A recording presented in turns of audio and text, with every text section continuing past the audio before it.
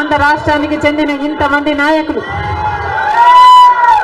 ఆంధ్ర రాష్ట్రానికి చెందిన ఇంతమంది కాంగ్రెస్ నాయకులు, కాంగ్రెస్ నమ్మకస్తులు, కాంగ్రెస్ పార్టీ ఖాడర్ నా మీద ఎంతో నమ్మకం పెట్టుకున్నారు. నేను రావాలని కాంగ్రెస్ పార్టీ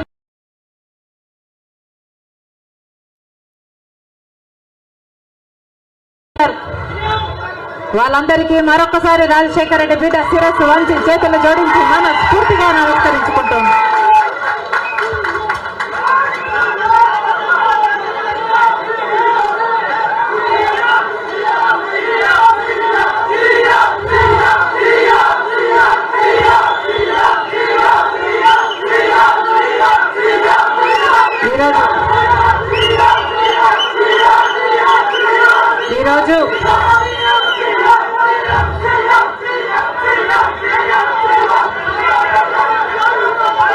ఈరోజు ఒక్కసారి మీకు తెలియని విషయం కాదు, మీడియాకు తెలియని విషయం కాదు, ప్రజలకు తెలియని విషయం కాదు, కానీ గత 5 సంవత్సరాలుగా ఆంధ్ర రాష్ట్రంలో యువజన శ్రామిక రైతు కాంగ్రెస్ పార్టీ అధికారంలో ఉంది. అంతకుముందు 5 సంవత్సరాలు తెలుగుదేశం పార్టీ అధికారంలో ఉంది. ఈ 10 సంవత్సరాలుగా రాష్ట్రంలో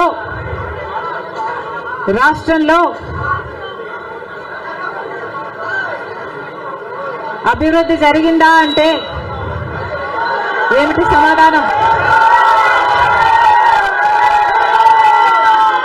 మన రాష్ట్రం ఏర్పడే నాటికి మన రాష్ట్రానికి ఉన్న అప్పులు 1,00,000 కోట్లు. చంద్రబాబు గారు ముఖ్యమంత్రి అయిన 5 సంవత్సరాలకి ఆయన చేసిన అప్పులు 1,00,000 కోట్లు.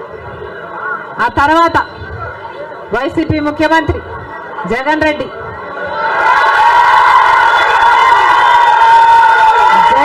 గారు చేసిన అప్పులు 3,00,000 కోట్లకు పైన. మొత్తంగా ఈరోజు అప్పులు 6,500,000 కోట్లు. రాష్ట్రానికి చెందిన అప్పులు, కార్పొరేషన్లకు చెందిన లోన్లు చెల్లించాల్సినవన్నీ కలుపుకుంటే 10,00,000 కోట్ల అప్పుల భారం ఆంధ్ర రాష్ట్రం మీద ఉంది. మరి ఇంత అప్పులు చేశారే, ఇన్ని డబ్బులు తెచ్చారే, మరి రాష్ట్రంలో ఏదైనా అభివృద్ధి జరిగిందా అని భూతద్దం పెట్టి చూసినా ఎక్కడా కనిపించదు. రాజధాని ఉందా? రాజధాని కట్టగలిగారా? రాజధాని కట్టడానికి డబ్బులు లేవు. కనీసం ఒక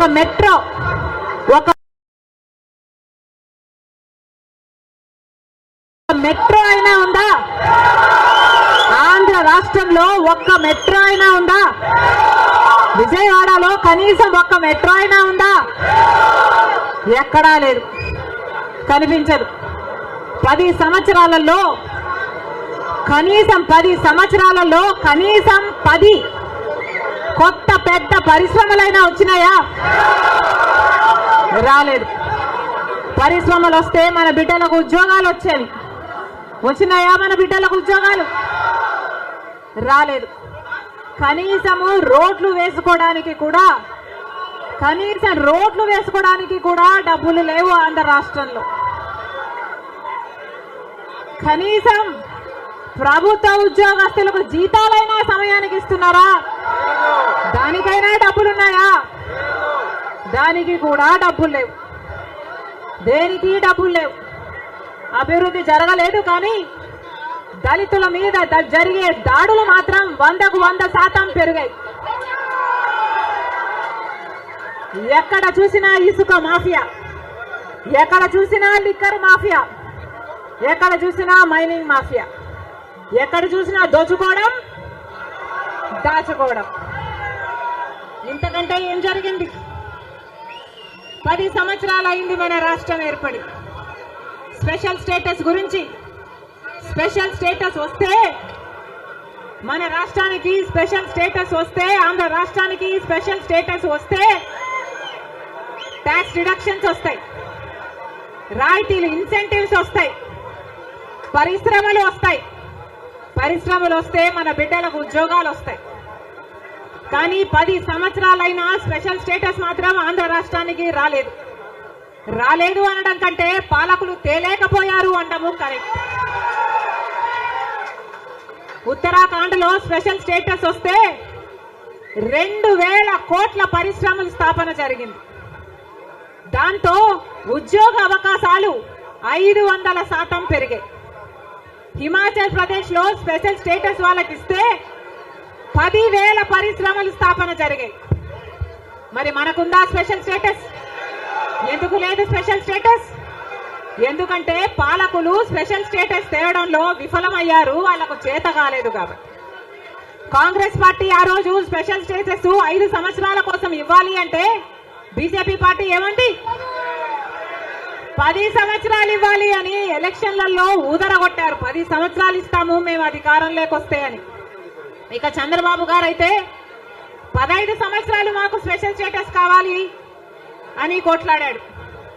ఇదే చెప్పాడు, 15 సంవత్సరాలు స్పెషల్ స్టేటస్ కావాలి, అందుకే నేను బీజేపీ పార్టీతో పొత్తు పెట్టుకుంటున్నా అని బీజేపీ పార్టీతో పొత్తు పెట్టుకున్నాడు. వాళ్ళ మంత్రివర్గంలో కేంద్ర మంత్రులు కూడా అయ్యారు టీడీపీ నాయకులు. ముఖ్యమంత్రి అయిన తర్వాత స్పెషల్ స్టేటస్ కోసం చంద్రబాబు గారు ఎప్పుడైనా ఒక్కటైనా నిజమైన ఉద్యమం చేశారా అంటే చేయలేదు. చేయకపోక ఉద్యమం చేసే వాళ్ళ మీద కేసులు పెట్టారు, వాళ్ళను జైల్లో కూడా పెట్టాడు చంద్రబాబు గారు. ఆ సమయంలో ప్రతిపక్ష నాయకుడు జగన్ రెడ్డి గారు ప్రతిపక్ష నాయకుడుగా ఉన్నంత కాలం స్పెషల్ స్టేటస్ మనకు రావాలి అని ప్రతిరోజు కొట్లాడాడు. నిరాహార దీక్షలు కూడా చేశారు. ప్రతిపక్షంలో ఉండగా అవిశ్వాస తీర్మానం ఏమా ప్రభుత్వం వాళ్ళు ఎవరైనా ఉన్నారు ఇక్కడ? ప్రతిపక్షంలో ఉండగా జగన్ రెడ్డి గారు చెప్పిన మాట, మేము అవిశ్వాస తీర్మానం ప్రవేశపెడతాము, తెలుగుదేశం పార్టీ ఎంపీలు అందరూ కూడా మద్దతు ఇవ్వండి, మూకుమ్మడి రాజీనామాలు చేస్తే స్పెషల్ స్టేటస్ ఎందుకు రాదో చూస్తారన్నాడు జగన్ రెడ్డి. ఆఖరికి జగన్ రెడ్డి గారు ముఖ్యమంత్రి అయిన తర్వాత ఒక్కటైనా నిజమైన ఉద్యమం చేశాడా స్పెషల్ స్టేటస్ కోసం? స్వలాభం కోసం రాష్ట్ర ప్రయోజనాలను తాకట్టు పెట్టింది వైసీపీ. ఈ రోజు మనకు స్పెషల్ స్టేటస్ లేదు కదా, కనీసం ఒక ప్యాకేజ్ కూడా లేదు. ఉన్న ప్రభుత్వమైనా ప్రతిపక్షమైనా ఒక్కటంటే ఒక్క నిజమైన ఉద్యమం చేసింది లేదు. ఈ రోజు మనకు స్పెషల్ స్టేటస్ లేదు అంటే ఆ పాపం ముమ్మాటికి చంద్రబాబు గారిది, ముమ్మాటికి జగన్ రెడ్డి గారిది. స్వలాభం కోసం ఇద్దరు ప్రజల ప్రయోజనాలను తాకట్టు పెట్టారు.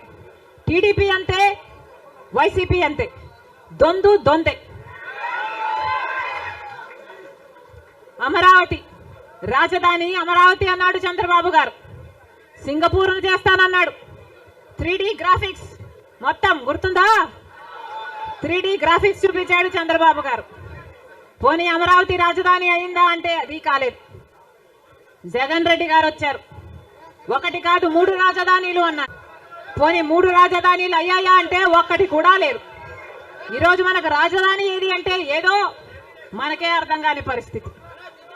ఒకటైనా ఉందా అంటే ఏదీ లేదు, ఒకటి కూడా లేదు. మరి ఏమి సాధించుకున్నట్టు? పోలవరం ప్రాజెక్ట్ ఎప్పుడో 1941లో పోలవరం ప్రాజెక్టు కట్టాలనుకుంటే సాధ్యపడలేదు. ఆఖరికి రాజశేఖర్ రెడ్డి గారు ముఖ్యమంత్రి అయిన 2004లో రాజశేఖర్ రెడ్డి గారు జలయజ్ఞంలో భాగంగా పోలవరం ప్రాజెక్టును స్థాపించడం జరిగింది. రాజశేఖర్ రెడ్డి గారు ముఖ్యమంత్రిగా ఉండగా పోలవరం ప్రాజెక్టు చెందిన కుడి ఎడమ కాలువల పనులు కూడా చాలా శాతం చేశారు రాజశేఖర రెడ్డి గారు.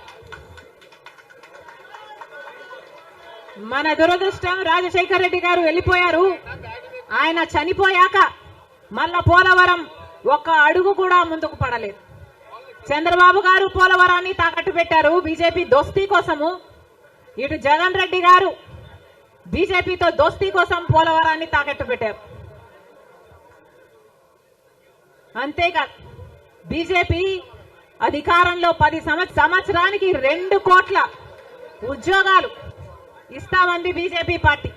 10 సంవత్సరాలలో ఎన్ని కోట్లు వచ్చుండాలి? 20 కోట్ల ఉద్యోగాలు వచ్చుండాలి మన దేశంలో. ఆంధ్ర రాష్ట్రానికి కనీసం 1 కోటి ఉద్యోగాలైనా ఇచ్చిందా బీజేపీ పార్టీ? పోనీ 10 లక్షల ఉద్యోగాలైనా ఇచ్చిందా బీజేపీ పార్టీ? కనీసం 1 లక్ష ఉద్యోగాలైనా వచ్చినాయా? లేదు. ఆంధ్ర రాష్ట్రంలో 1 లక్ష అంటే 1 లక్ష ఉద్యోగాలు కూడా ఇవ్వలేదు బీజేపీ పార్టీ. ఉన్నవి కూడా ఊడాయి. బీజేపీ పార్టీ ఆ రోజు చెప్పిన మాట, రైతులకి ఆదాయము డబుల్ చేస్తామన్నారు. రైతుల ఆదాయం డబుల్ చేయడం ఏమో గాని రైతులకున్న ఖర్చులు 10 ఇంతలు పెరిగాయి. ఈరోజు అప్పు లేని రైతు ఉన్నాడా? అప్పు లేని రైతు ఎవరైనా ఉన్నారా అని ఎవరిని అడిగినా లేదమ్మా అప్పుల పాలైపోయాం. రైతు అన్నవాడు ఆత్మహత్యలు చేసుకున్నా గానీ ఎవ్వడు పట్టించుకునేవాడు లేడు. మరి ఎందుకున్నట్టు బీజేపీ పార్టీ అధికారంలో ఏం చెప్పారు? స్విస్ బ్యాంకులలో విదేశాలలో ఉన్న బ్లాక్ మనీ మొత్తము తీసుకొస్తాము, అన్ని పేదల చేతుల్లో పెడతాము అని చెప్పింది బీజేపీ పార్టీ. పెట్టారా? పేదల చేతుల్లో 1 రూపాయినా పెట్టిందా బీజేపీ పార్టీ? మరి ఎందుకు నమ్మాలి బీజేపీ పార్టీని? టీడీపీ పార్టీకైనా జగన్మోహన్ రెడ్డికైనా ఎందుకు చెయ్యాలి బీజేపీ పార్టీతో దోస్తి? ఎందుకు వాళ్ళ ఎమ్మెల్యేలు, ఎంపీలు, రాజ్యసభ ఎంపీలతో సహా బీజేపీ పార్టీ తొత్తుల్లాగా ఎందుకు మారారు? టీడీపీ పార్టీ అయినా వైసీపీ పార్టీ అయినా ఇద్దరు కలుపుకుంటే వాళ్లకు చెందిన ఎంపీలు, లోక్సభ ఎంపీలు 25 మంది, ఆంధ్ర రాష్ట్రానికి చెందిన ఎంపీలు 25 మంది, 22 మంది వైసీపీ అయితే 3 తెలుగుదేశం పార్టీ. కానీ మొత్తం 25 మంది ఎంపీలు బీజేపీ పార్టీ చేతుల్లో ఉన్నారు. బీజేపీ పార్టీ ఏం చెప్తే ఈ ఎంపీలు మొత్తం అందరూ గంగిరెద్దులాగా తలూపుతారు. రాజ్యసభకు చెందిన 6 ఎంపీలతో సహా మొత్తం 31 ఎంపీలు ప్రజలు బీజేపీ పార్టీకి ఓటు వేయకపోయినా, తెలుగుదేశం పార్టీకి ఓటు వేసినా, వైసీపీకి ఓటు వేసినా ఉన్నది మాత్రం బీజేపీ పార్టీలో. మరి ప్రజలు వైసీపీకి గాని తెలుగుదేశం పార్టీకి గాని ఎందుకు ఓటు వేయాలి? బీజేపీ పార్టీకే ఓటు వేయొచ్చు కదా. వైసీపీ గాని తెలుగుదేశం పార్టీ గాని ఎందుకు వాళ్ళ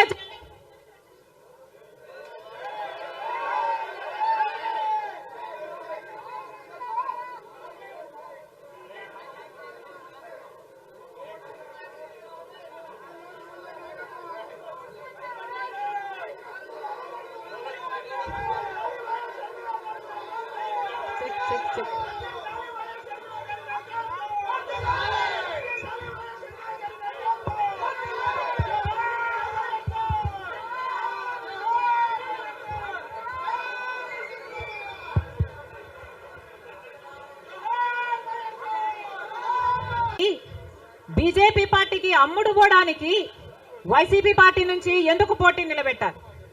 బీజేపీ పార్టీకి అమ్ముడు పోవడానికి తెలుగుదేశం పార్టీ నుంచి ఎందుకు పోటీకి పెట్టాలి?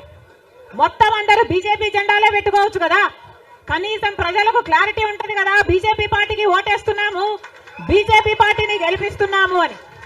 ప్రజల దగ్గరేమో ఒక మాట చెప్తారు, ప్రజలనేమో మభ్య పెడతారు. ప్రజల దగ్గరేమో బీజేపీ కాదు అన్నట్టు నటిస్తారు. కానీ లోపల మాత్రం మొత్తం టీడీపీ అయినా బీజేపీ అయినా వైసీపీ అయినా బీజేపీ పార్టీ తొత్తులే.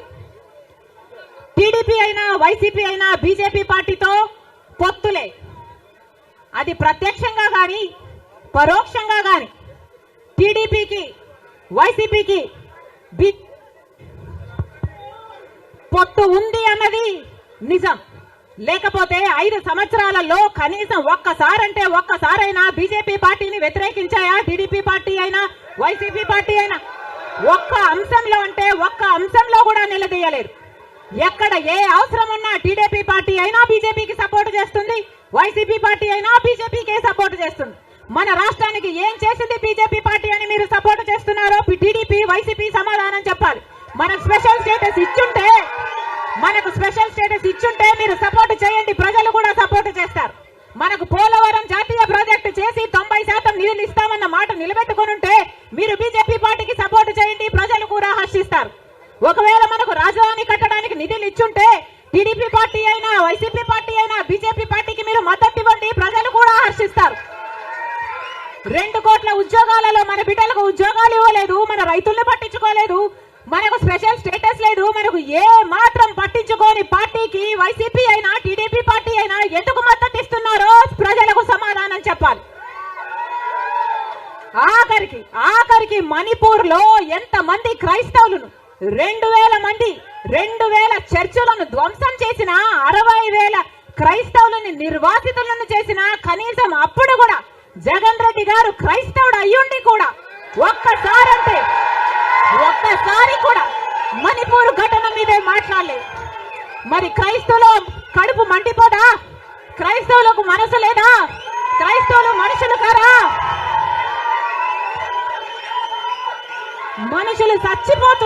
మనుషులు చచ్చిపోతున్నా మీరు పట్టించుకోకుండా బీజేపీకి మద్దతు ఇస్తున్నారంటే మీరు మనుషులు అవునా కాదా?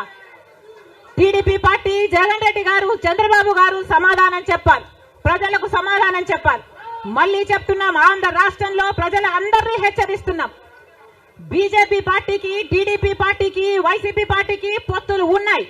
అవి మన కంటికి కనిపించినా కనిపించకపోయినా పొత్తులు ఉన్నాయి. గత 5 సంవత్సరాలుగా చూసాం. టీడీపీ ఎంపీలైనా వైసీపీ ఎంపీలైనా బీజేపీకే మద్దతు ఇచ్చాయి, ప్రతి అంశంలో వాళ్ళ పక్కన నిలబడ్డారు.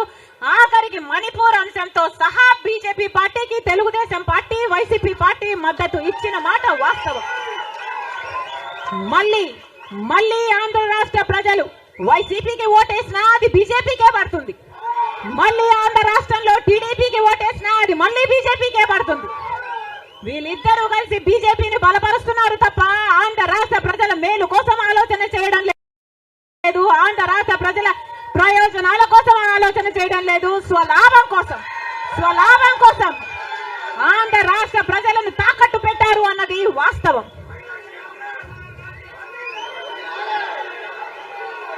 మళ్ళీ చెప్తున్నాం, రాజశేఖర్ రెడ్డి గారు బీజేపీ పార్టీకి వ్యతిరేకి. రాజశేఖర్ రెడ్డి గారు తత్వ పార్టీ కాబట్టి ఒక మతాన్ని రెచ్చగొడతారు, ఇంకో మతాన్ని అవమానిస్తారు.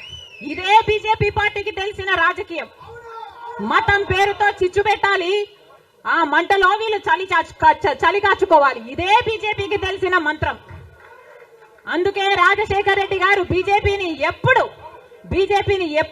వ్యతిరేకించారు. రాజశేఖర్ రెడ్డి గారు ఆశయాలు ఒక్క కాంగ్రెస్ పార్టీలోనే నెరవేరాయి తప్ప ఇక ఏ ఇతర పార్టీలోనూ కాదు. రాజశేఖర్ రెడ్డి గారి మూలాలు కాంగ్రెస్ పార్టీయే, రాజశేఖర్ రెడ్డి గారి ఊపిరి కూడా కాంగ్రెస్ పార్టీయే. మళ్ళీ చెప్తున్నాం, రాజశేఖర్ రెడ్డి గారిని ప్రేమించే నాయకులైనా రాజశేఖర్ రెడ్డి గారిని ప్రేమించే ప్రజలైనా రాజశేఖర్ రెడ్డి గారి ఆశయాల కోసం నిలబడదాం, బీజేపీ పార్టీ కోసం కాదు, బీజేపీ పార్టీకి తొత్తుల్లాగా పనిచేసే పార్టీల కోసం కాదు. మళ్ళీ చెప్తున్నాం, రాజశేఖర్ రెడ్డి గారిని అభిమానించే నాయకులైనా ప్రజలైనా రండి, రాజశేఖర్ రెడ్డి బిడ్డతో చేతులు కలపండి. ఆంధ్ర రాష్ట్రంలో మళ్ళీ రాజశేఖర్ రెడ్డి గారి ఆశయాలను సిద్ధింపచేద్దాం. నేను రెడీ. మీరు రెడీయా?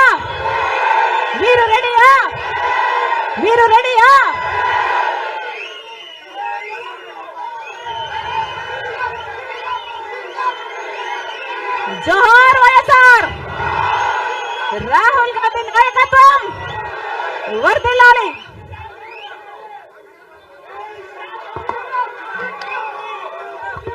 Thank you. ఇంకా 2 నిమిషాలు. Thank you very much madam. Andhra Pradesh Congress committee తరఫున మీకు ధన్యవాదాలు తెలియజేసుకుంటూ ఈ రోజు ప్రప్రథమంగా మన ఆళ్ల రామకృష్ణారెడ్డి